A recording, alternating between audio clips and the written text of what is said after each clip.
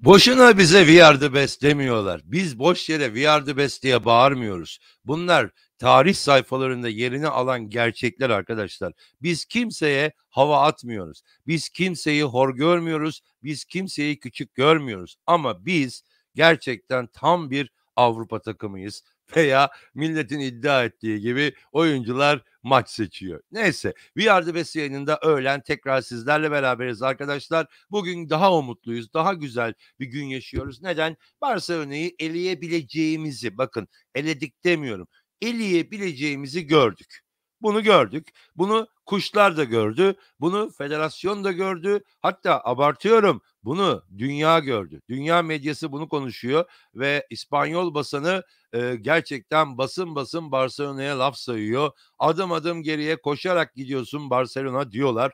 Onlar için de bir onur maçı haline geldi İstanbul'daki rövanş. Arkadaşlar gelmişler. Ercan Bey gelmiş. Ercan Ekbil selam dostlar, iyi yayınlar demiş. Hoş gelmiş. Murat Esen ilk sırayı kaptırmışsın bugün dostum. Kıvanç abim iyi yayınlar, selamlar. Murat Esen gerçekten tarih yazar, tarih Galatasaray demiş. Ayhan Dermansız abi hepimiz kaç fark olur derken sen berabere veya galip olur muyuz dedin. Ya sen muhteşemsin abi, az daha yeniyorduk bile demiş. Doğru, bir saniye farkla veya Fike'nin o akıllılığı olmasaydı Gomez'in golle bir de yenmiş gelmiştik o güzel sahadan. Ama ne yapalım, dur bakalım, darısı belki İstanbul'a. Mustafa Can Yakar, Kıvanç, biz onu şeyden dedim Ayhan, yani herkes olumsuz konuşuyor. Kaç yeriz, öyle mi yeriz? 6 tane olur, 8 tane tarihi fark. Şöyle böyle, eyvallah, problem yok da ya bir kişi de çıkıp bu takım Avrupa'da iyi oynuyor. Belki beraberlik, belki galibiyet, hiç kimse konuşmadı. İçimden gelerek söylemiştim ve sonuçta öyle veya böyle bugün inceleyeceğiz sizlerle maçı da, şöyle sizi bir yaşatacağım maçı. Meraklanmayın. Ondan dolayı söylemiştim. Mustafa Can Yakar, Kıvanç abi hayırlı konuşman bize yaradı. Sonunda keyifli bir oyun seyrettik. Çok da keyifli değildi ama gene de keyif aldık tabii ki. Özellikle ilk yarıda. Sırada Beşiktaş, inşallah seviliyorsun abim. Bizler de sizleri çok seviyoruz. Serpil Adalı, Kıvanç abimiz farklıdır ya demiş. O her şeyimiz oldu artık. Daha çok işimiz var, doğru. Hadi bakalım, bol like lütfen bu abimize. Bir tane konuya dikkat çekiyorum hepinize arkadaşlar. Şimdiye kadar yapılmayan çok şey artık yapılmaya başlandı. Acaba neden? Ana medya bunları konu etmiyor ama biz bunları sürekli konu ediyoruz ve birilerinin kulaklarına vızır vızır bu bilgiler gidiyor. Acaba bundan dolayı mı? Bilemiyorum. Neyse, ihaleyi sonra belki üstümüze alırız. Şeyda kardeşimiz gelmiş. Kuş sesi duyan var mı etrafta demiş. Her yerde bir kükreme sesi. Bu takım böyle oynasın, canımızı yesin, helal olsun demiş. Evet, inşallah da turu geçen taraf oluruz. Mert Seyran, Kıvanç abi seni çok ama çok seviyoruz.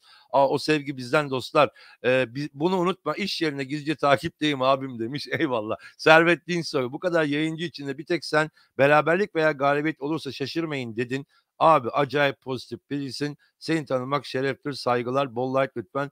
Vermeyen kuş olsun. Bak, buna katılıyorum. Vermeyen kuş olsun. Bol like lütfen. Tarık Karman. Geldik, gördük, aldık. Şimdi gelecek, görecek ve gidecekler. Değerli abim, iyi yayınlar. Güzel bir ironi olmuş. Berkan memnun. Barça çok iyi bir takım ama Galatasaray gerçek bir dev. Bunu tüm dünya gördü. Özellikle zavallı Türk Federasyonu. Evet arkadaşlar, özellikle Türk hakemleri de bunu görsün. Burak Gelince, Kıvanç Bey tebrikler. Scoreboard harikaydı, sağ olun. Vallahi maçı izledim ve sizi dinledim. Çok keyifliydi. Şimdi kuşlar Barça yedekleri çıktı diyor. Gerçekten kıskançlar. Ya bırakalım o işi. Manchester'ı 3-0 yenen takım, biz Manchester'ı dağıttık dedi. Bir tane 11'den oyuncusu yoktu Manchester'ın. Umurunda bile değildi. Ve hakem faktörü vardı. Biz yine tebrik etmiştik. Bizdeki olgunluğun onda birini onlar da bulamazsınız. Yücel Devrem gelmiş. Selam dostlar. İyi yayınlar canlar. Gardiyan selam. İyi yayınlar abi. Bana güvenebilirsiniz demiş. Benim hislerim kuvvetli. Kaybetmeyeceğiz demedim mi ben maçı demiş. Sen benim son yayına baktın mı? Evet, sen dedin. Ben içime doğuyor, bu maçtan puan veya puanlar alacağız dedim, dedin sen, biliyorum. Ama bak, son yayında ne dedim? Ya bir kişi de galibiyete inansın, beraberliğe, biz çok şeyi başardık dedim. Son yayında oldu bu ve ne oldu? Şükür. Berat Teke, öncelikle yayınlar abiler, mükemmel oyun, gayet güzel skor. Çok mükemmel değil ama en azından bu halimizde iyi bir skor.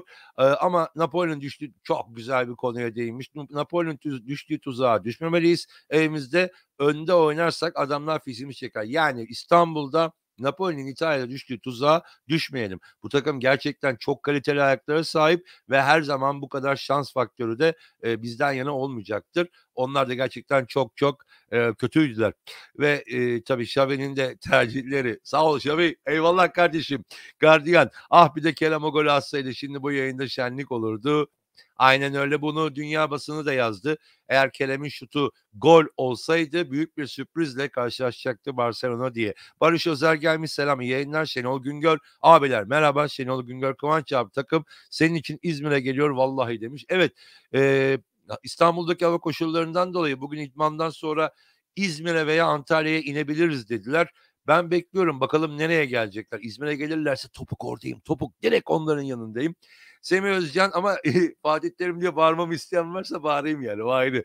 Semih Özcan, iyi yayınlar abim, benim takım Allah'ın izniyle tur atlayacak demiş. Eyvallah da hangi takım, Galatasaray'dan mı bahsediyorsun? Ege Bey ya, ne zaman başlıyor? Başladık. Berlin Ultras. Fatih Terim olsaydı takım şimdi ya izinliydi veya ayak tenisi yapıyordu. O kadar da değil ama evet, doğru, haklısın. Bazen böyle hataları vardı Fatih Hoca'nın. Cigon abi iyi yayınlar, Kıvanç abi hoş geldin. Eyüp Ensar Özaltın, Kıvanç abi Perşembe günü Berat Kandil, inşallah o gün turu geçeceğiz. Hop, senin yüzünden tuzağa düştüm. Kandili karıştırmışım. Bu hafta işte dün bizim hanımın Berat Kandil'ini kutluyorum. Ya ne Berat, ya bizim arkadaşlar dedi Berat Kandili diye söylediler. Oradan geldi aklıma dedim. Meğersem önümüzdeki haftaymış. Ya vallahi gol attın bana ha. Lost everything. From North Carolina, Carolina, Chicago Bulls, Kings, Michael Jordan Kivo. Sadece Chicago'da oynamamıştı, Sacramento'da da oynamıştı ama Michael Jordan, arkadaşlar herkes soruyor nereden geliyor Nick'in diye. Jordan benim idolümdü. Gerçekten çok seviyordum. Genelde bana silahlı kuvvetlerde Kivo derler. Oyun oynadığımız zamanlarda da Jordan diye lakabım vardı. Bir de Igor derlerdi. Igor'u iyi ki kullanmamışım. Yani şimdi Igor olsam belki yayın izlemezsiniz yani. Ama Jordan Kivo oradan geldi. Ahmet Subaşı, selam, yayınlar Kıvanç abim. Ferhat Durmuş, bir yardım et Galatasaray. Kesinlikle arkadaşlar, bakın ben Galatasaray'ı tutuyorum diye bunu konuşmuyorum. Tarihlere baksın. Herkes tarih sayfalarına baksın. Bu kadar basit söylüyorum. Tarih sayfasına bakan Galatasaray'ın büyüklüğünü zaten saygıyla kabul eder. Bu çok önemli bir ayrıntı. Ferhat abimiz gelmiş. Savunma olarak güzel de bizim oyunumuz ileri taşıyacak rakip üzerimize geldiğinde topla dribbling yapıp kanat ve orta saha forvetlerimizin ceza kesecek oyunculara ihtiyacımız var. Bunu dilimizde tüy bitti. Size bir soru. Eğer Rose Barkley ve Getson alınsaydı bu takıma, sizce? Anladınız. Berlin Ultras, ekran kalitesi çok kötü mü? Niye? Ne oldu? Berlin, bilmiyorum. 3D yayın yapıyoruz ya. Bakmayın öyle şey. HD bu. Ufuk Burak Doğan, iyi yayınlar abilerim. Dün demiştim oradan güzel bir skor aldık ve şimdi Samiyen'de 52.000 aslan, 55.000 daha doğrusu. Aslan orada olacağız. Kombinemizi aldık demiş. Eyvallah. Onur Özcan, basketbol olduğu gibi Galatasaray ismi önüne reklam neden almıyorlar? Yakışmıyor ise basketbolda neden alıyorlar? Red Bull Galatasaray mesela demiş. Olabilir, bu tarz çalışmalar yapılıyor zaten. Lider Bozkurt, hoş geldin kardeşim. Bu arada verdiğin isimleri araştırmaya başlayacağım artık yavaş yavaş. Selamlar, iyi yayınlar. Ferhat Mutlu, selamlar kardeşler demiş. Metin Çelik, Beşiktaş maçı ertelemek istemiyormuş. İstemesin ya. Boş verin, istemesin. Vallahi istemesin.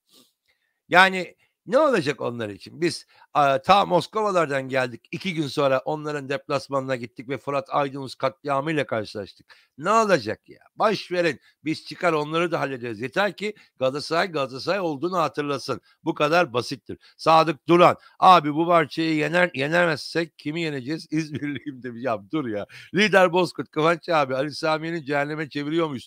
Cehennem. Welcome to hell. Evet, onlar da bunun farkında. Hele gelecekler ama umarım sonuç bizim istediğimiz gibi. Erol Tuncer, ah ulan ah, dün orta sahada bir veya iki adam gibi becerikli orta saha olsaydı, evet aynen katılıyorum. Feguli bir şeyler yapmaya çalıştı ama yetersiz. Olmuyor, artık bitmiş.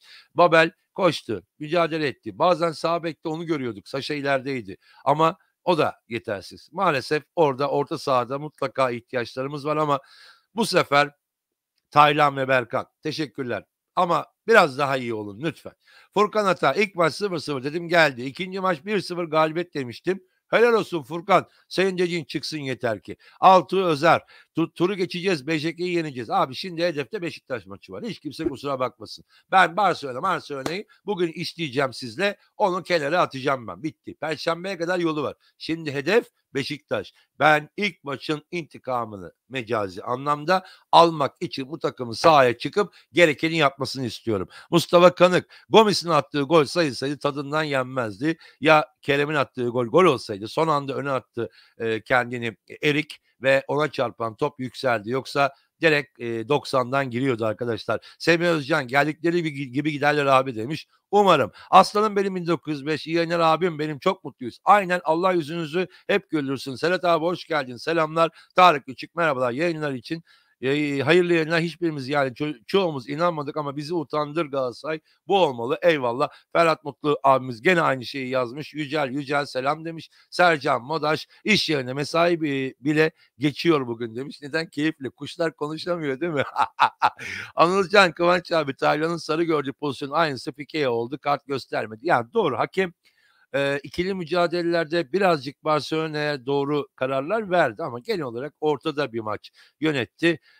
Doğrudur, ceza durumu düşecekti ama Fike de oynasın, hepsi oynasın. Biz öyle kimin oynayıp oynamadığına bakmıyoruz. Gerçi Xavi o tercihleriyle bizi ilk yarıda gerçekten şahlandırabilir ve hatta o golü yiyebilirdi. Olmadı, olsun bakalım.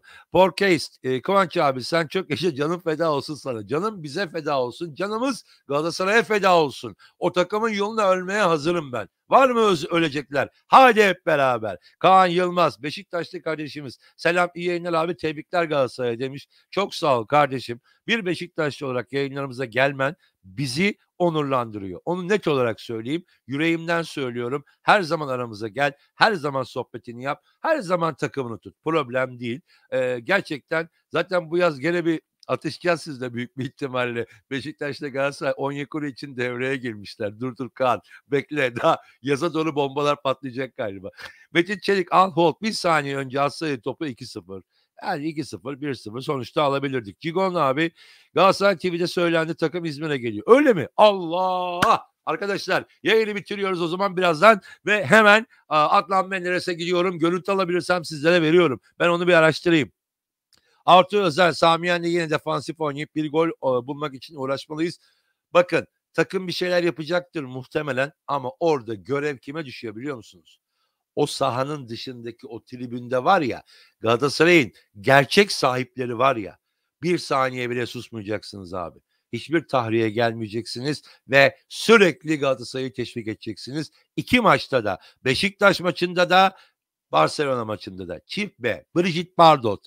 Abo çok güzel bir kadındı zamanın. Şenol Güngör. Abiler keşke Moskova takımını eşleşseydik demiş abi. Galatasaray abi haber. Abi boşa umutlanmaya gerek yok. 3 veya 4 diyoruz. Hala mı ya?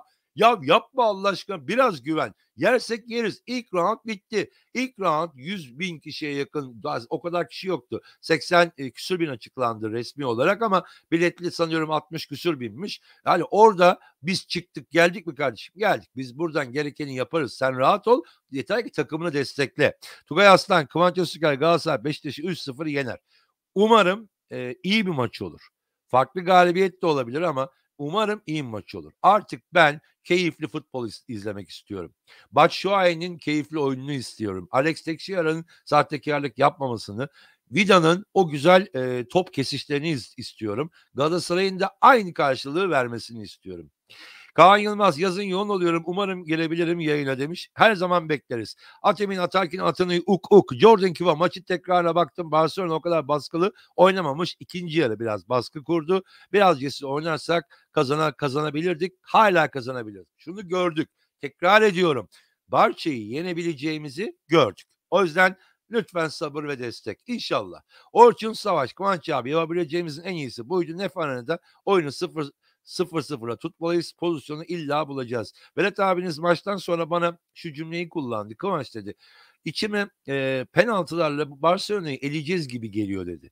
Yani belki de öyle biter ve penaltılara gider. Belki bir şans golü olur. Belki bir penaltı pozisyonu olur. Hiç bilmiyoruz ama Barça yenilebilir mi? Yenilebilir. Yeter ki Galatasaray gibi oynasın. Sedat Bayrak, ben demedim mi Barça'yı sahaya dar edeceğiz diye. Etmedik abi. Onlar bize dar etti ama ikinci yarı özellikle. Fakat biz çok akıllı oynadık ve ben bundan çok mutluyum.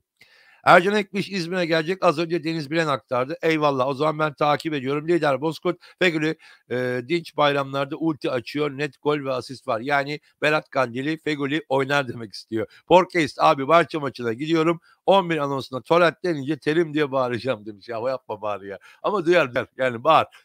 Torrent terim dedim mi orada duyulur. Mehmet Sekmen iyi yayınlar. Artı özel 17.30'da takım inecek İzmir abi haberin olsun. Eyvallah. 17.30'dan itibaren ben yokum arkadaşlar. İnşallah yakalayabilirim, görebilirim onları. Sivis Otel'e gideceklerdir muhtemelen. Cahit iyi yayınlar abi. Onlar idman nerede yapacak ki acaba? Veya otobüsle mi gidecekler acaba İstanbul'a? Onu da öğrenmek lazım. Murat Tun'la Perşembe Berat Kandili Feguli Show var. Doğan Karabotanlı iyi yayınlar abi. Hoş geldin. Eymen Yağız Kıvanç abi. İyi yayınlar. Torrent bizi mahcup etti. Haddini bilerek takımı oynattı. Doğru tercihler de yaptı ama. Onu unutmayalım. Sadece Feguli Babel aynı anda maalesef takım biraz eksik oynuyor. Onu söyleyelim. Onu hepimiz görüyoruz. Ferhat Mutlu. Iyi demiş. Ümit İnan. Barkley ya da Gesson gelseydi şu an farklı konuşuyorduk.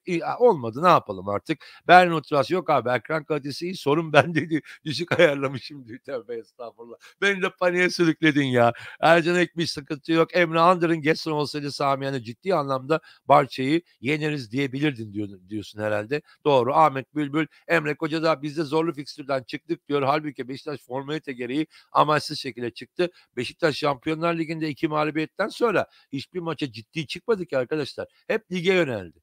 Yani o kadar kötü ki ama puanları görüyorsunuz. Bakın 18. 19. sıradayız UEFA sıralamasında. Bu çok kötü. Bunları düşünmesi lazım. Her takım birbirine destek olması lazım. Tamam biz Türkiye'de belki birbirimizin rakibiyiz ama Avrupa'da böyle olmamalı. O zihniyet Galatasaray'da var. Umarım Beşiktaş'ta, Fenerbahçe'de de o zihniyet yerini alır. Gardiyan Babel'e dün gece beğenmeyen var mı demiş. Ben çok beğenmedim ama mücadelesi iyiydi. Savunmaya fazla yardım etti. Yani o fiziği güçlü bir kanat oyuncusu olsa ya mesela olası Olbaken olsaydı orada be dostum gardiyan. Yani neler yapardı acaba değil mi? Ercan Ekmiş yedeklerle çıkalım hiç fark etmez. Eyvallah. Eymen Yağız Kıvanç abi iyi yayınlar. Torrent bizi mahcup etti. Katılıyorum. Bruce Terim'in enkazı çöp kadro hala namağlup deplasmanda. Çöp dediğimiz kadro yurt dışında neler yapıyor bu arkadaşlar yapmayalım ne olursunuz ya. Galatasaray'ımıza bunu demeyelim ya. Babel düşüyor Fegeli gücü yetmiyor. Doğru söylüyorsun abi. Babel ilk yarı sonlarına doğru sahada yürümeye başladı. Bunu net olarak gördüm ama gene de elinden geleni yaptı arkadaşlar. Kabı Murat, Barış Özer Beşiktaş maçında yedek kadroda çıkmalıyız abi. Barcelona maçı daha önemli. Hayır. Yedek kadro falan yok arkadaşlar. Öleceğiz, dirileceğiz. Beşiktaş maçına ciddi bir oyunla çıkıp o maçı alacağız abi. Başka yolu yok. Ben hala unutmuyorum Fırat Aydınus'u. Lütfen. Ama düzgün bir maçta. Düzgün. Kerem Bülbül Kıvanç abi tahroş der misin ya? Tahroş. Canım. O yanaklarını yerim senin ben. Tombikim benim. Şeytan bakıştım benim. Ay yerim ben seni. Şimdi federasyonda şu konuşuluyor arkadaşlar. Ligden düşmeyi bu sene kaldırsak mı yoksa kaldırmasak mı? Ay acaba neden oluyor bunlar? Neyse onlara sonra bakarız. Ali Çakmak iyi yayınlar Kıvanç abi. Eyvallah. Ufuk Burak Doğan Kıvanç abi. Nef Stadyumu kapasite 52.280. Abicim demin 55.000 dediğim için mi diyorsun? Peki ben sana şöyle söyleyeyim. Aşağı yukarı merdiven boşluklarını saymazsan 3.500 kişilik daha yer var orada. Ondan dedim ben. 55.000'i geçer yani. Onu demek istedim ben. Ya şimdi yarışına girmeyelim ya. Dur. Aslanım benim 1905 like demiş arkadaşlar istemedim ama like istiyorum sizlerden lütfen katkı verin. Kaylar Nevalsı Menajeri bu Barça Gelecek Arena'ya bu arada iyi yayınlar. Gelecek Arena'ya Barça gerçekten saygılı bir takımdı. Galatasaray'a karşı çok iyi ağırladılar. Aldığım bilgilere göre İspanyollar Galatasaray'a çok iyi yaklaşım gösterdiler ve medya Barcelona'yı çok uyarmasına rağmen bakın Xavi de inat etti ve gene rotasyon dedi. İlk yarı öyle bir rotasyonlu kadroyla çıktı. Neredeyse mağlup duruma düşecekti. Sonra aklı başına geldi ama Atalan Üsküdar'a geçti. Didier Drogba'nın bugün doğum günüymüş. Eyüp Ensar söylüyor. Nice mutlu yıllara. Bakalım şöyle Tugay Aslan, Sayın Kıvanç Öztürk, onu okumuştuk. Zaten arkadaşlar gelmişler. Ben ise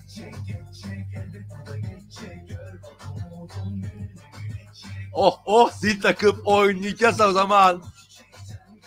İşte bu arkadaşlar, geçecek. O moral motivasyonu tekrar sağlayacağız. Bizler gerçekten Galatasaray'ın büyüklüğünün farkında olan insanlarız ve Galatasaray'a canımızı vermeye hazırız. Geçecek. Bugünler geçecek. Aslan gelip stadınızda kükreyecek. Geleceğiz. Mutlaka her yere geleceğiz. Evet arkadaşlar, dün güzel bir gündü. Süleyman'ım eğer muhabbeti dalıp da unutmadıysa yansıları getirecek ve hemen başlayacağız güzel bir yayın yapmaya arkadaşlar. Ama unutmayın, geçecek. Bugünler de geçecek. Zil takıp oynayacağız, eğleneceğiz. İnşallah o günleri de göreceğiz arkadaşlar. Evet. Süleyman'ım yansıyı getirebilirse hemen yayına başlayalım. Dün 2 tane maçımız vardı aslında başka. Bunlardan bir tanesi Galatasaray'ın bayan basketbol takımıydı. Macaristan'a gitti arkadaşlar ve Galatasaray Nef'te erkek takımı da İstanbul'da Sinan Erdem'de Hapoel Holon'u misafir etti. Süleyman görebiliyorsan Berkcan Ermiş, gelen 3-4 atak şansını harcamamak lazım Samiyen'de. Evet, çok fazla şans bulamayacağız. Bulamayız. Onlar da belki çok bulamayacak ama bulan, değerlendiren turu geçer arkadaşlar. Onu söyleyeyim ben size. Bu arada 0-0 1-1'de maç uzamıyor arkadaşlar.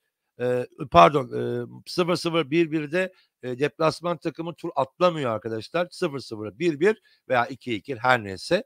Eskiden Barça mesela gelse 1-1 berabere kalsa tur geçiyordu ama şimdi öyle bir şey yok artık ve uzatmalara gidecek. Süleyman'ımız eğer verebilirse sunuyu, ben sunulara başlayayım arkadaşlar.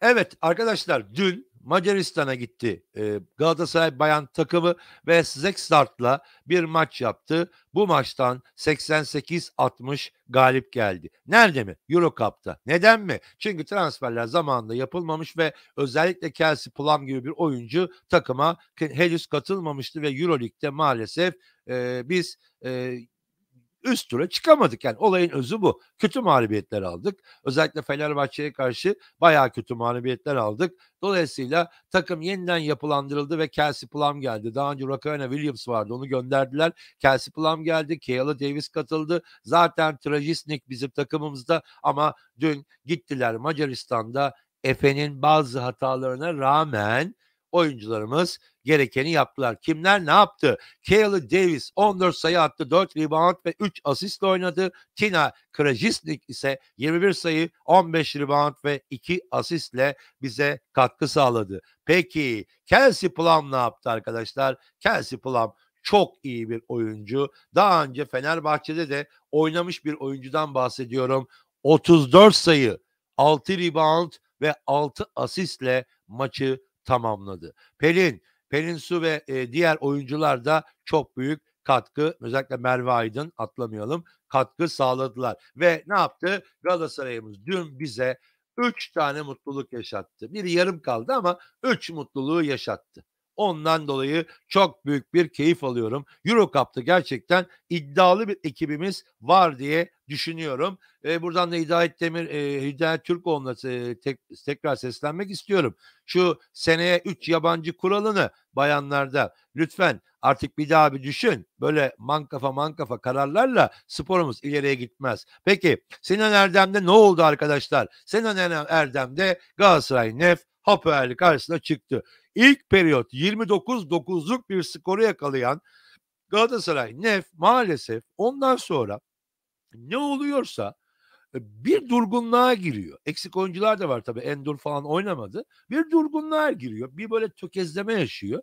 Ondan sonra bir anda gene vites yükseltiyor. Yoksa 5 sayı kadar da Hapoel son periyotta öne geçmişti arkadaşlar ama 74-71 aldık. Fakat ilk maçı 9 sayıyla kaybettiğimizden dolayı eğer muhtemel aynı puanda olma durumunda Hapoel maalesef üst sırada olacak. Bu grupta 4 takım var. 4 takımın ilk ikisi üst tura çıkacak. Şimdi bir sonraki maçımız Alman takımı Ludwig'le olacak ve oraya gideceğiz. Ondan sonra Dijon'a, sonra da Ludwig bize gelecek ve maçlar tamamlanacak arkadaşlar. Ama Akun Purcell 17 sayı, 4 rebound, 4 asistle oynadı. De Boost 14 sayı ki onun için az bir sayı. 5 rebound ve 5 asistle oynadı. Ama ben bu maçta De Boost'u çok üzüldüm. Neden? 4 top kaybı yaptı. Melo çok gününde değildi. Olmadığı halde tek periyotta 9 sayı atarak 11 sayılık bir katkı sağladı. 6 rebound ve 3 asistle oynadı. Peki diğer maçımız ne zaman? 14 Mart 2022 Pazartesi günü Galatasaray'ımız Ludwigsburg'la Almanya'da maç yapacak arkadaşlar. Onu da lütfen hepimiz takip edelim. Almanya'da olan arkadaşlar gidin maça, yakınsa mutlaka o maça gidip bir şeyler orada destek olarak yapın istiyorum. Normal koşullarda bir Uğur Karakulukçu haberim vardı ama bunu daha sonra bırakalım. İsterseniz Galatasaray haberlerine devam edelim. Galatasaray'da biliyorsunuz Elanur ciddi bir sakatlık geçirdi ve forvet konusunda sıkıntı yaşadı Galatasaray kadın futbol takımı ve mutlaka haberiniz vardır ama bu haberi maalesef diğer maç haberlerinden dolayı bir türlü veremedik. Şimdi veriyorum. Elena Granit Santos. Gotham takımından Amerika'dan geldi. 97 doğumlu ve forvet bir oyuncu. Gerçekten çok diri ve Galatasaray'a çok şey katabilecek bir oyuncu. İşte bu tarz transferleri kadın futbol takımına eğer yapmazsak maalesef gördüğümüz gibi ligde 4-5-6, 4-5-6 sıralamalarda kalır gideriz. Voleybol ve bayan basketbolda olduğu gibi. Transferler geç yapılıyor en azından. Ben o yönden mutluyum arkadaşlar ve Elena'ya hoş geldin diyorum. MHK açıklamasına girmek istiyorum ama yayının süresi yetmeyecek. O yüzden isterseniz sizlerle biz şöyle bir Barça maçına bakalım. Arkadaşlar şimdi Barça ile bir maç yaptık. Bu maç sonunda bazı değerlendirmeler yapıldı tabii ki. Bunu yapanlar bizler değiliz arkadaşlar. UEFA'nın kendisi ve maçtaki en yüksek oran 7.35 ile Inaki Peña. Acaba neden? Çünkü Peña gerçekten çok iyi bir maç çıkardı ve şu konuşuldu Barça'da, Katalanlarda, medyada. Ya kardeşim Peña gayet iyi bir kaleciymiş. Niye onu kaleye geçirmiyorsunuz gibi geçirmediğiniz de kiraya verdiğiniz gibi bir konu konuşuldu. Ya Peña'nın yani bize dönmesi biraz zor gibi gözüküyor şu koşullarda. Bu oyundan sonra yani çok başarılı bir oyun çıkardı. Aynı zamanda Marcao maçın adamlarından biri seçildi arkadaşlar. Onu söyleyelim size. Oranlar gerçekten çok yüksek ama ben şeye şaşırdım. Frankie de Jong'un 7.33, Adama Traore'nin 6.49'luk bir oya sahip olması, değer puanına sahip olması beni açıkçası şaşırttı arkadaşlar. İstatistikleri ben size hazırladım ama bunları tabii daha sonra akşamki yayında olabilir veya yarın yapacağımız yayında bunlara değinebiliriz. Yedeklerden oyuna giren oyuncularda işte bakıyorsunuz artı 92'de Barış Alper girdi arkadaşlar ve 6.45 rating almış oy potansiyeli. Chica dakika 79'da oyuna girdi ve 6.30 almış ki Chica oyunda pek fazla etki göstermedi.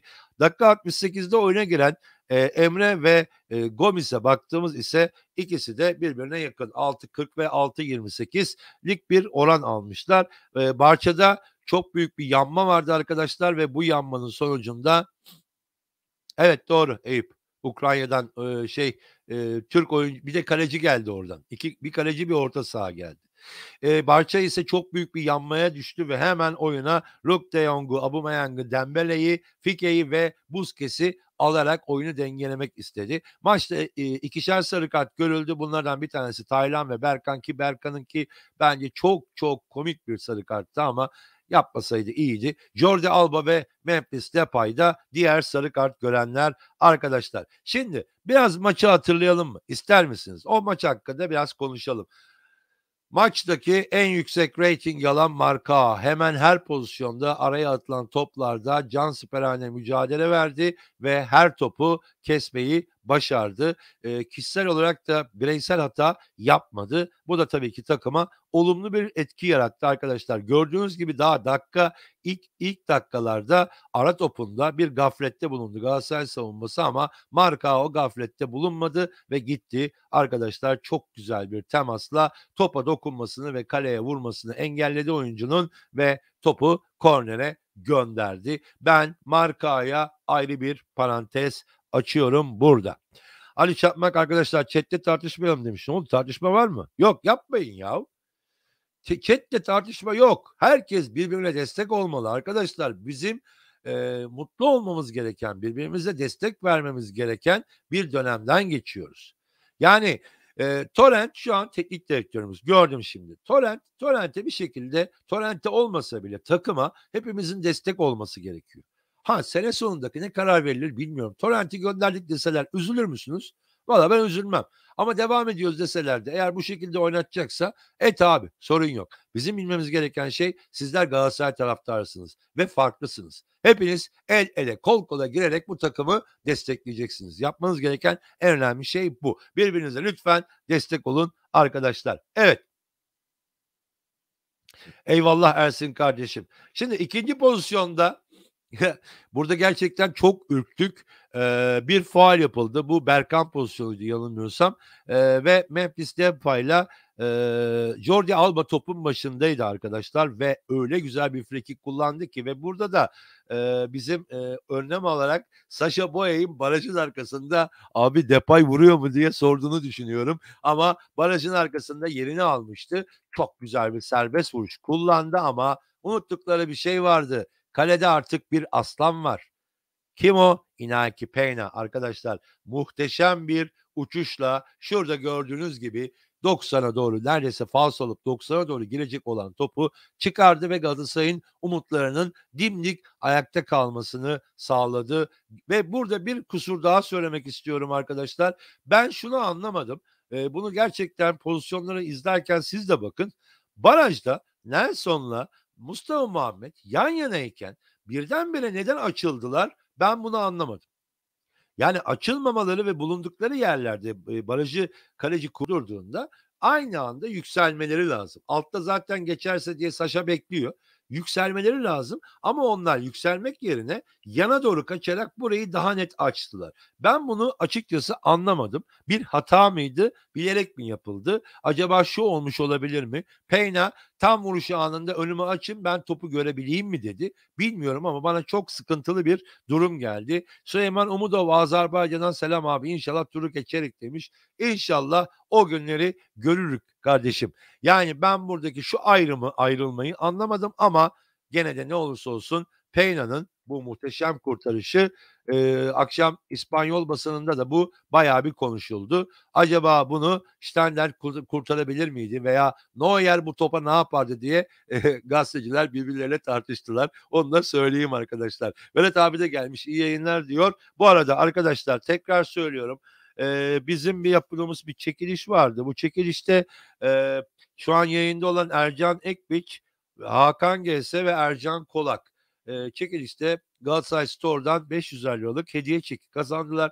Ercan Bey bir büyüklük göstererek benim yerime ihtiyacı olan bir arkadaş alsın demişti. O yüzden yedek Hüseyin Kahraman'la görüşüldü. Hüseyin Kahraman'a ulaşılamadı veya ben bilmiyorum detayı. Vedat abi daha iyi biliyor.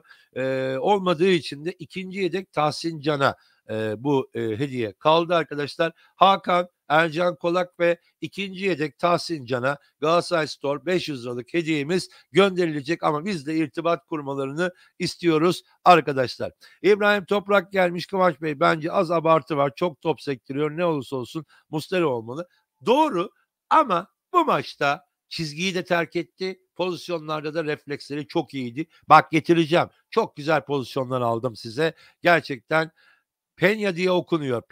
Penya diye okunuyor biliyorum ama benim İngilizceye ağzım alışık olduğu için Penya diyorum. Penya, Y'yi vurguluyorum. Yoksa eyvallah kardeşim. Teşekkür ederim.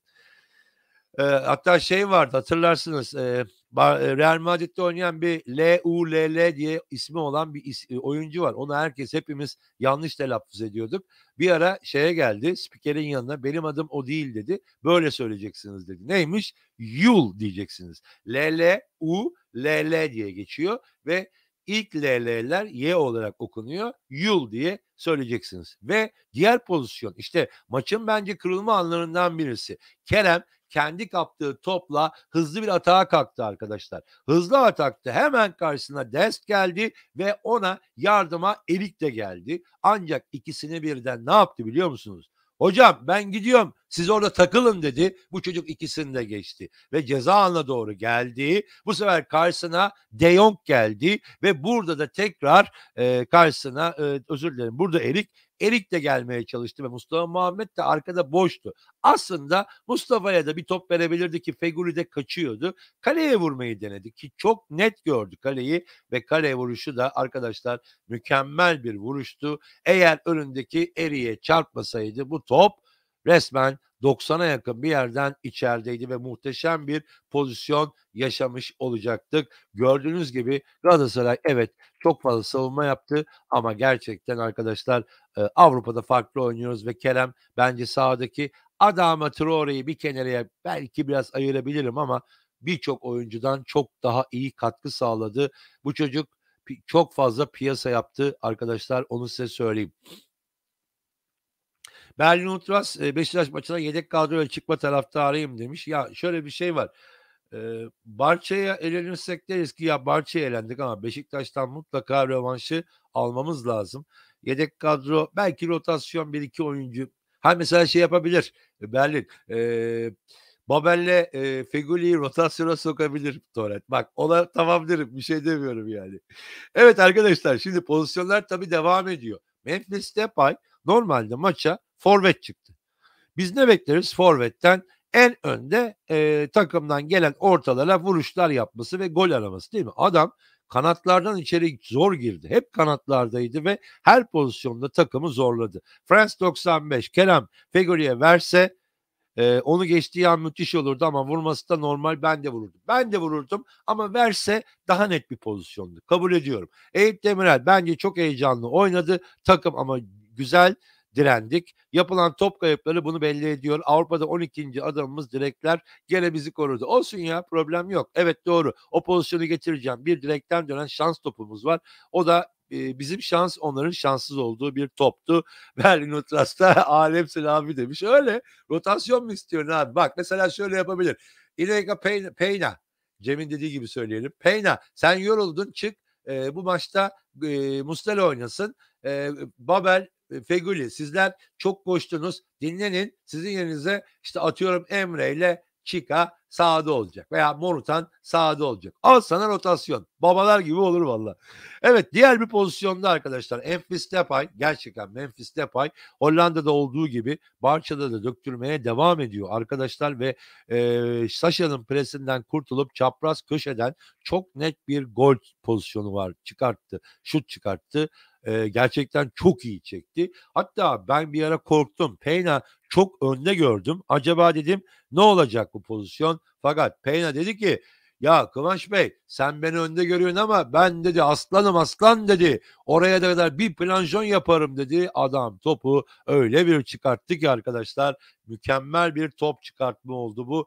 Gördüğünüz gibi Memphis'in buradan vurmuş olduğu topu bütün oyuncularımız bloke yapmalarına rağmen, izlemelere rağmen bir kişi izlemiyordu arkadaşlar. Inaki Peyna. Bu nedir ya? Uçan bir aslan görmek isteyenler. Peyna'ya bakın, Peyna'ya. Kanat takmış bir aslan gibiydi. Mükemmel bir refleksle topu parmaklarıyla çelerek dışarıya çıkarttı. Arkadaşlar ben bundan çok büyük keyif aldım. Peyna umarım Galatasaray'da kalır. Umarım bizimle devam eder ama Barça'nın ben pek bırakacağını sanmıyorum. Çünkü akşam İspanyol basınını seyrettim, izledim, takip ettim.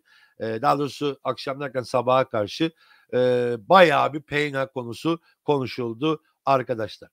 Evet, Kerem çok çabaladı ve Kerem'in ayağına aldığı her topta en az 2 kişi veya üçüncü bir kişi geldi. Kerem'i tutmaya çalıştılar. Yani ben Kerem'le gurur duydum. Ama Kerem'de gene ufak tefek sıkıntılar var. Nasıl? Mesela şu pozisyonda ben olsam 2 kişinin arasında sıkışmak yerine ani bir refleksle dışarıya veya içeriye doğru topu ortalar ve oradaki Mustafa Muhammed, Feguli veya Babel'e topu ulaştırmaya çalışırdım veya Berkan geliyordu. Berkan'a verip şut pozisyonu yaratabilirdim veya Berkan'a verip Berkan'ın orta yapmasını sağlayabilirdim.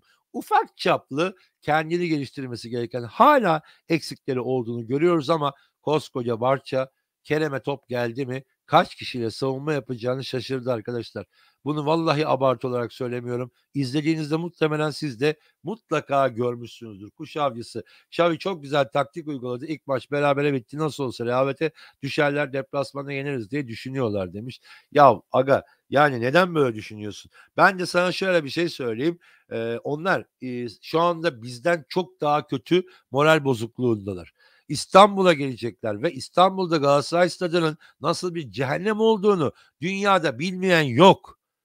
O yüzden şu anda bizim oraya giderken hissettiğimiz endişeyi emin olun onlar hissediyor. Hatta ben birkaç İspanyol arkadaşımla görüştüğümde şunu dedi: Galatasaray evinde daha agresif ve atağa düşünen oyun oynayacaktır muhtemelen ve bu pozisyonlardan bir veya birkaçını gole çevirecektir. Bizce Barça burada turu kaybetti diyenler bile var. Bırakın onlar moral bozukluğu yaşasınlar. Bırakın kuşçuklar üzülsünler. Federasyon ulan ben ne yaptım deyip kafasını duvara vursun. Bırakın biz takımımızı desteklemeye devam edelim arkadaşlar. İşte dediğim gibi Kerem böyle pozisyonlarda böyle bu kadar adamın arasına girmek yerine boş alana gidip orada en uygun oyuncuya pas vermeye çalışsan çok daha iyi olacak kardeşim. Ama Kerem mükemmel. Fakat bir adamdan bahsetmek istiyorum arkadaşlar. Akşam Adame Traore. Traore ismini söylemekten boğazım kurudu ya. Ya arkadaşım sen hiç yorulmaz mısın ya? Senin ayakların hiç kesilmez mi? Burada yayıncı kuruluşta bir cümle kullanıldı. Bilmiyorum ne kadar doğrudur. Adam bu kasların hiçbirini body yaparak geliştirmemiş. Doğalmış. İnandırıcı gelmedi ama Ümit Davala da zaten ya olur mu öyle şey falan yaptı. Fakat bu kadar kas yapısına rağmen ben bu kadar hareketli bir oyuncuyu gerçekten görmedim. Yani bravo. Traore gerçekten çok iyi bir oyuncu. Onu ben size söyleyeyim. Ortaları harika ama karşısında onu direnmeye çalışan ve her direnmede ona desteğe gelip yardım eden birkaç oyuncu vardı. Anholt ve ona yardıma gelen Kerem özellikle çok fazla. Kerem ya düşünebiliyor musunuz? Kerem Anholt'a Traore için çok fazla yardıma geldi. Peki Traore ne yaptı? Her seferinde ceza alanına paslaşarak veya kendi ayak hareketleriyle girerek çaprazlardan şut denemeleri yaptı. Gene bu şutlardan bir tanesi de gördüğünüz gibi Anholt'un sırtına çarparak kaleye gitmedi ve dışarıya çıktı. Cem, Kıvanç abi sonuçta Barça ile oynuyoruz. Değil oynuyoruz, kolay değil ama pozitif olmak lazım. Kazanacağımıza inanmamız lazım. Ya zaten bir takım kolay veya zor bir maça çıktığı zaman kazanacağına inanmıyorsa bence o maçı zaten baştan kaybetmiş demektir. Yani bugün Barça'yla değil örnek veriyorum yani ya daha zayıf bir takım örneği verelim. Örnek verelim kim olsun? Hadi İspanya'dan verelim. Örnek veriyorum Getafe ile maç yapacaksın. Yani ya inanmazsan Getafe de seni yener. Veya atıyorum kim başka daha kötü bir ligden verelim. Ya inanmaz zaten senin en büyük avantajın. Eyüp Demirel abi Traore çıktı nefes aldık. Evet doğru ben Dembele'den çok korktum. Dembele hareketli bir oyuncu.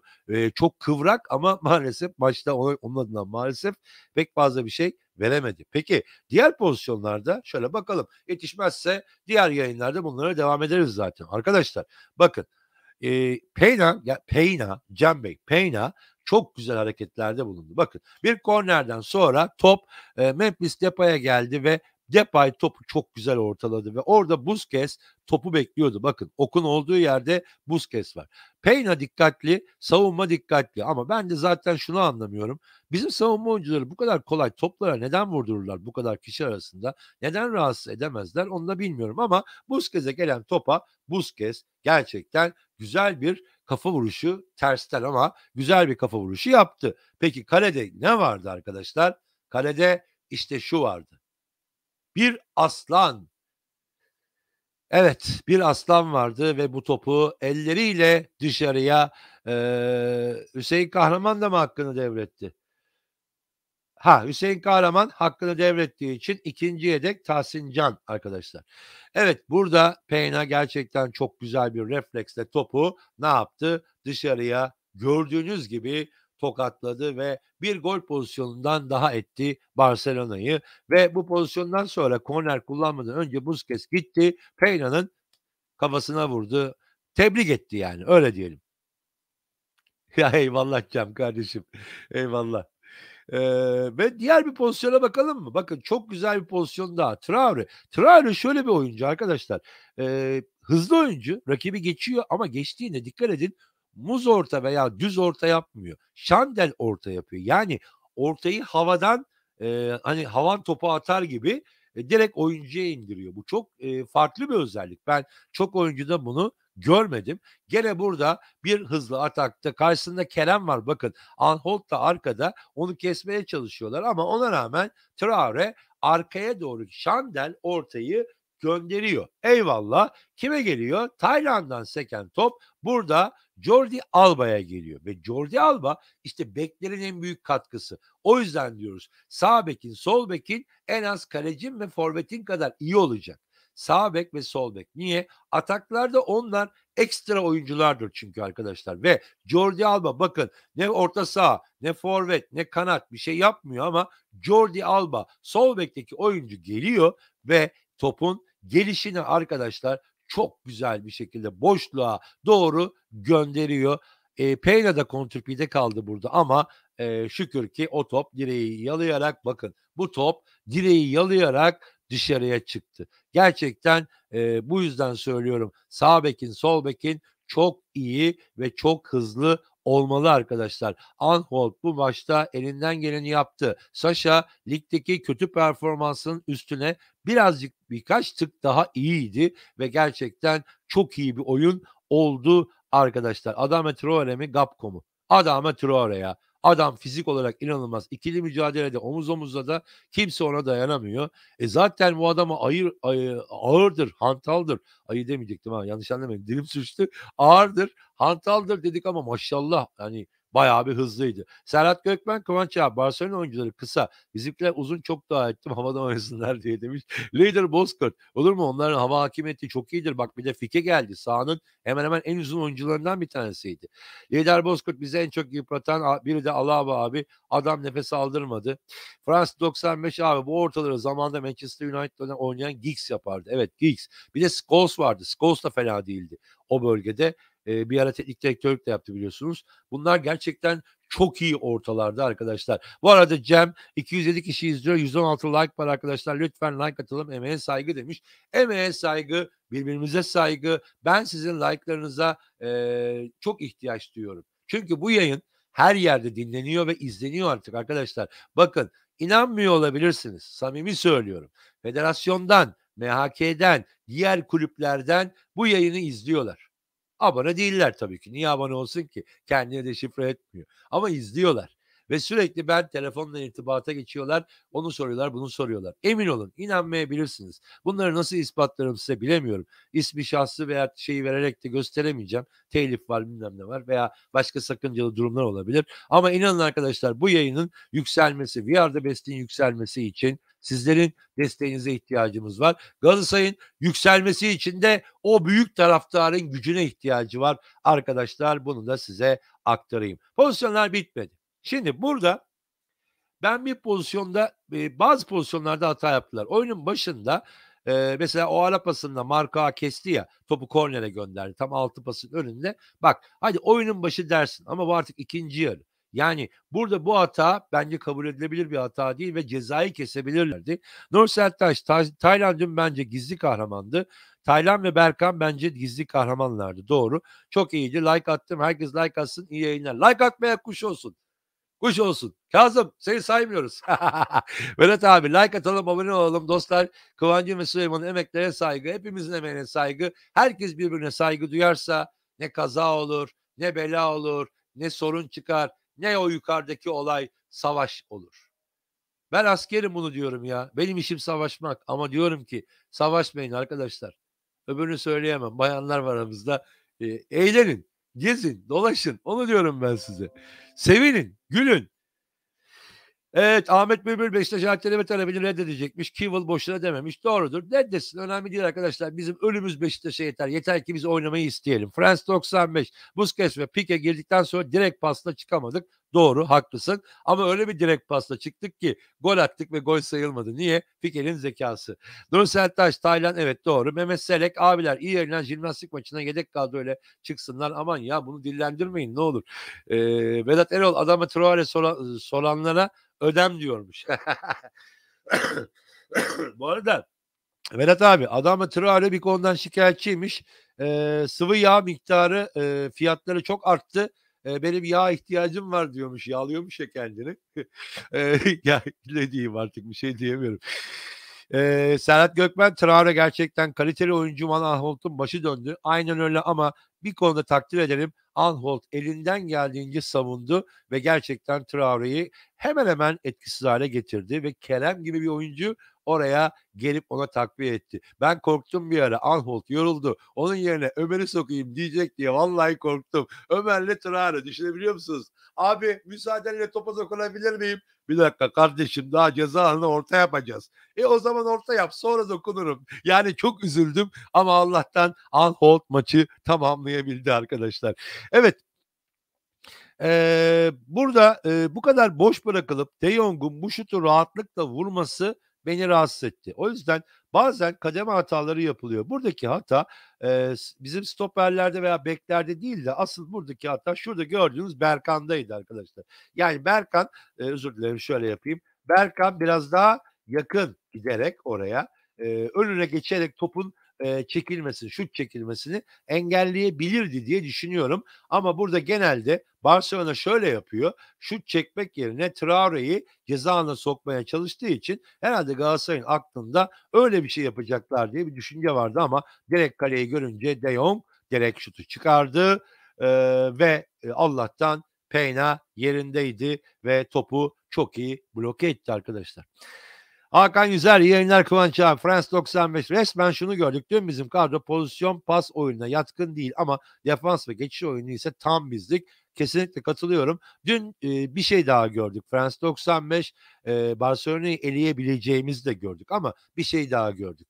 Galatasaray Süper Lig'deki bu gördüğümüz Galatasaray değil arkadaşlar. Değil. Ama neden böyle? Bilmiyorum. Takım maç seçiyor. İnanmıyorum. Böyle bir şey olamaz.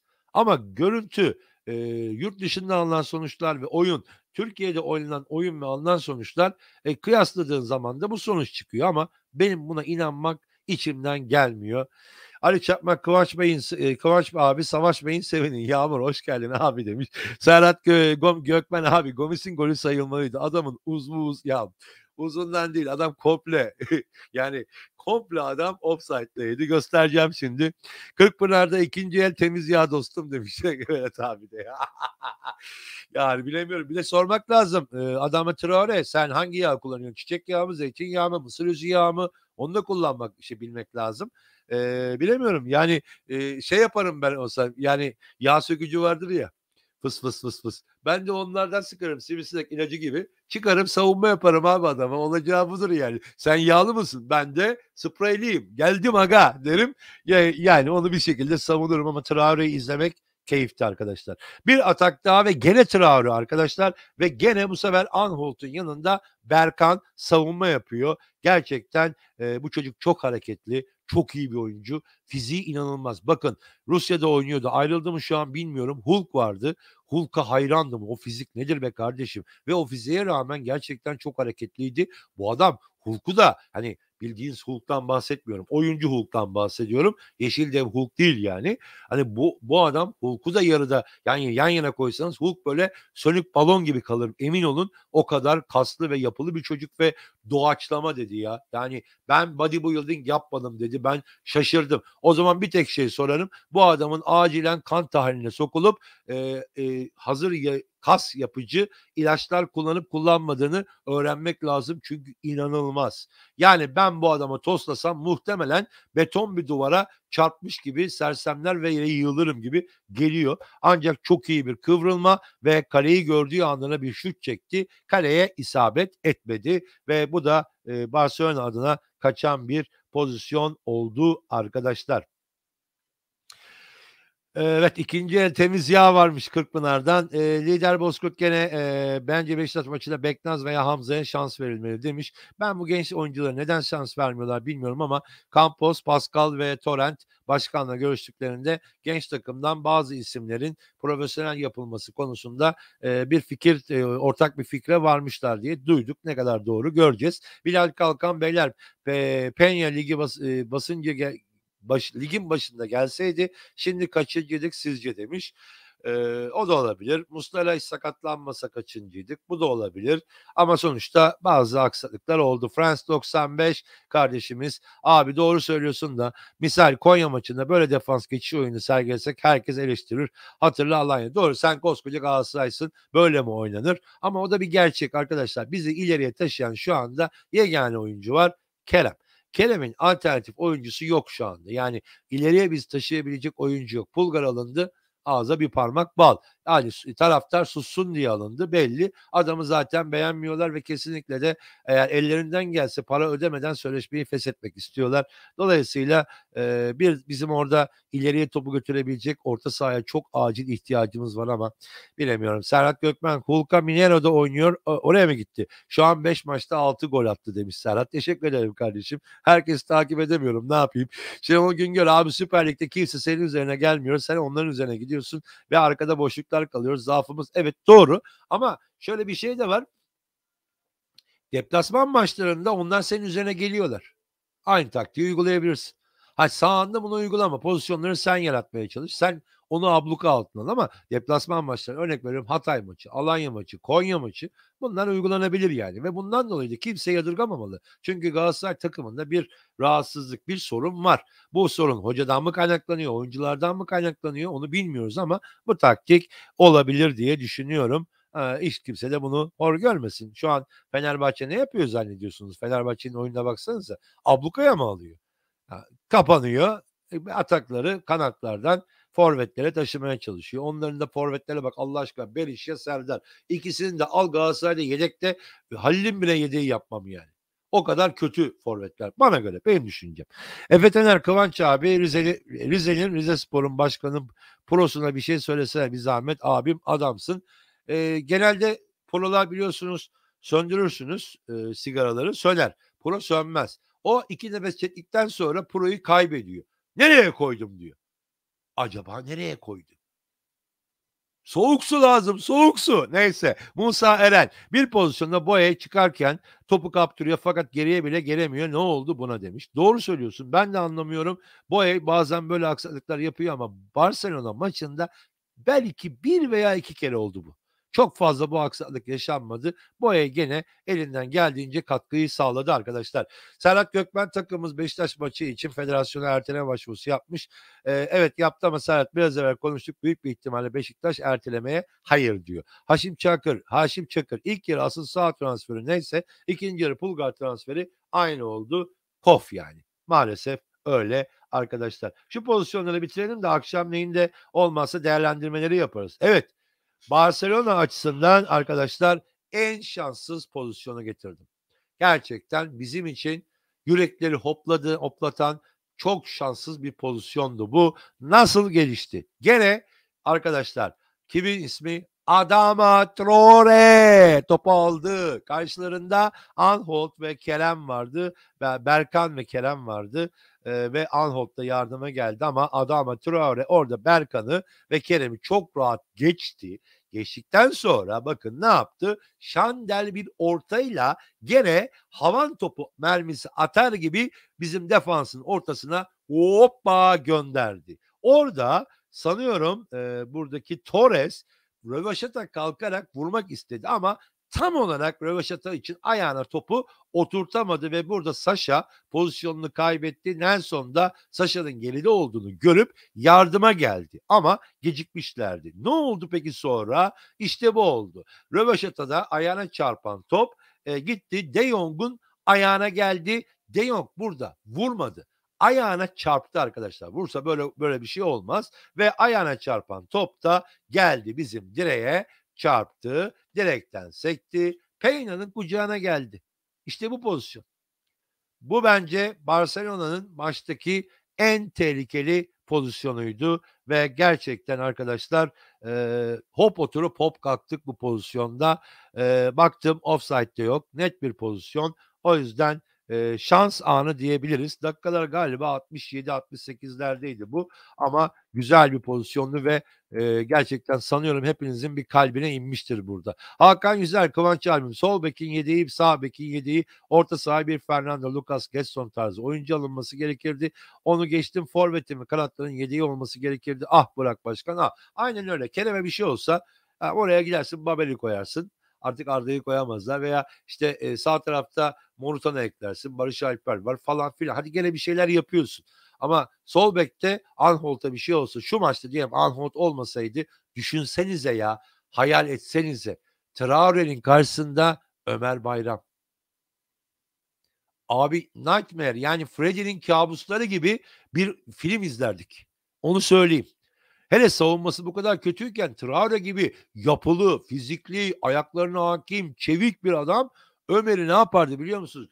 Aha, ekmek arası sandviç buyur abi derdi, bizlere sunardı. O yüzden alternatif kadro kurması gerekiyor Galatasaray'ın ve bu tarz kadrolar büyük takımlar kurmak zorunda. Kimler? Galatasaray, Fenerbahçe, Beşiktaş, bu tarz kadroları kurmaları gerekiyor arkadaşlar. Peki bu da şans anıydı. Son pozisyonumuz var yanılmıyorsam. Ona da bakalım. İşte burada geldik durduk. Bu da öğrendiğim kadarıyla İspanyollar tırnak yemekten ölmüşler bu pozisyonda ve bildikleri duaları yapmışlar. Biz dua diyoruz ama onlar biliyorsunuz stavros çıkartıyor. Her neyse yapmışlar ama üzülmesinler, pozisyon net bir offside'ti. Peki burada ne oldu? Şimdi bakalım. Torrent çok güzel bir taktik vermiş. Bence bu Torrent'in taktiğiydi. Anholt genelde çünkü bu tarz uzun topları pek kullanmaz. Kendi yakın oyuncuyla verkaç yaparak kendi atağa kalkmaya çalışır ama burada bir taktik değişikliği yaptılar ve Anholt topu aldığında Kerem de bakın koşu yapıyor çapraza. Bu da Kerem'in savunmayı şaşırtıcı bir koşusu arkadaşlar ve baktı ki Gomis ortada boşta ve Erik geride kalmış. Erik Gonzalez geride kalmış. O zaman dedi ki ben bunu Gomis'in önüne atarım aga.